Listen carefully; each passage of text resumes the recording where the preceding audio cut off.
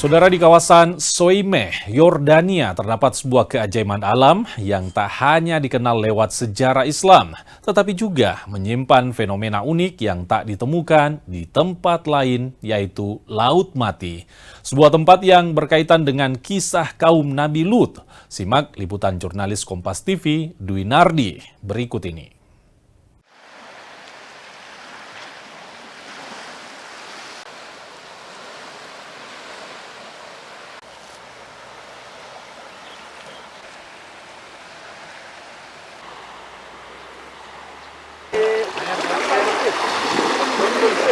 Saudara, saat ini saya sedang berada di kawasan Laut Mati. Letaknya berada di perbatasan antara Jordania dan di seberang sana adalah Palestina. Nah, di laut ini punya satu keajaiban. Apa itu? Terus ikuti saya. Laut Mati atau Dead Sea berada di sebelah barat daya ibu kota Amman, Yordania. Dari pusat kota, perjalanan darat sejauh kurang lebih 55 km dapat ditempuh dalam waktu 1 jam. Keajaiban perairan ini memiliki kadar garam yang sangat tinggi, mencapai lebih dari 30%. Kondisi ekstrim ini membuat hampir tak ada makhluk hidup yang mampu bertahan di dalamnya.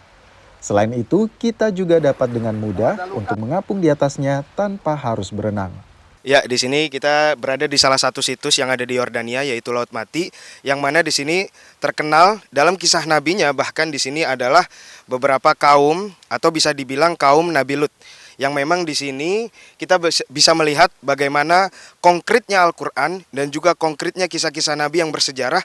Di sini itu tingkat paling terendah di dunia. Jadi bahkan di sini ini termasuk garam yang bisa dibilang atau kadar garamnya tertinggi. Jadi panca indera tidak sampai terkena dan sebagainya. Dan juga kita bisa melihat Laut Mati ini.